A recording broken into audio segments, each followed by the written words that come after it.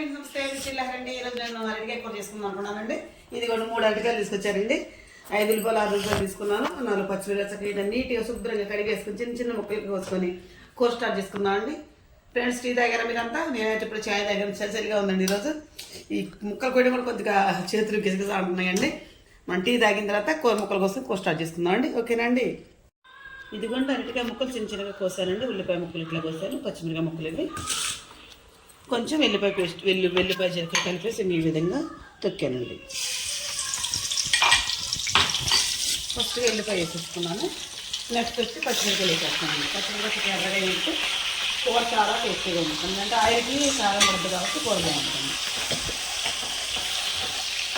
కొద్దిగా వేగిన తర్వాత పచ్చిమిరపకాయలు వెల్లిపాయలు తర్వాత మనం ఉల్లిపాయ ముక్కలు వేసుకున్నామండి.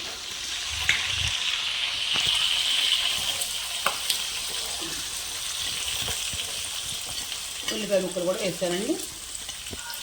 పచ్చిమిరకాయలు ఉల్లిపాయలు వెల్లిపాయ ముక్కలు చక్కగా పోసుకొని వేసానండి. ఈ విధంగా దీని చక్కగా సన్న మంట మీద చక్కగా 5 నిమిషాల పాటు చక్కగా మగ్గనిచ్చుకుందామండి.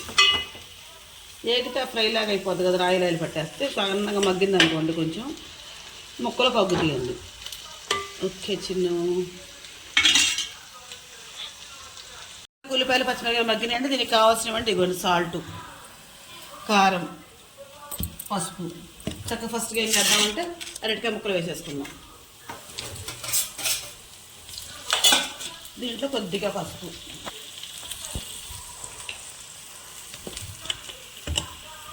కొద్దిగా సాల్టు, చక్కగా ఇది మొత్తం కలిగి తిప్పేసుకున్నాను. మొత్తాన్ని ముక్కలు నేను కారం అప్పుడే వేస్తుందమ్మా. చక్క ముక్కలు మంచిగా మగ్గిన తర్వాత అప్పుడే వేసుకుంటారు లాస్ట్లో. ఇంకా 5 నిమిషాలు దింపుకున్నాక కారం వేసుకుంటే కూర అయిపోద్ది. 5 నిమిషాలు ఎందుకు అనుకున్న కారం పచ్చి వాసన రాకుండా 5 నిమిషాలు ఉంచుకుంటాం అన్నమాట. మనం ఇట్లా ఉప్పు పసుపు చక్కగా కలిసిందనుకో దీనికి వచ్చి సన్న మంట మీద పెట్టేసి మనం ఈ లోపు గిన్నెలో వేసుకుంటే బయట ఈ లోపు ఈ ముక్కలు మగ్గిపోతే అప్పుడు కూర అయిపోతుంది. చక్కగా ఆవిరి మేము మగ్గితే ఇంకా బాగుంటుంది నాన్న. ఓకేనా? సరే,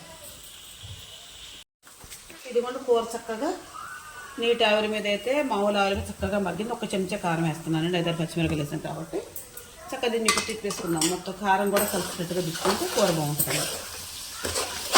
ముక్కలు మొత్తం కూడా చక్కగా మంచిగా మనం ఉడకబెట్టిన ముక్కల కన్నా ఎక్కువగా మగ్గినాయండి. కొంచెం లైట్ కారం వేద్దాం. చిన్న తెల్లగా అనిపిస్తుంది కొంచెం. ఓకే చూసారండి, నేను ఈ విధంగా చక్కగా ముక్కలు చిన్న చిన్న ముక్కలుగా కోసుకొని ఆవిరి మీద చక్కగా నీళ్ళల్లో ముక్కలు కడిగిన తర్వాత కొంచెం ఆ ముక్కలకు వాటర్ ఉంటుంది కూడా చక్కగా మగ్గిందండి. ఫ్రైలాగా కాదు, పులుసులాగా కాదండి, ఇగురు కూరలాగా చేసుకున్నానండి. చూసారండి, నేను అరటికాయ ఇగురు ఈ విధంగా చేసుకుంటాను. మీకు నచ్చితే నాకు ఒక లైక్ ఇవ్వండి. నేను చేసే విధానం నచ్చితే నేను వీడియోలో లింక్ ఇస్తాను, చూసుకోండి.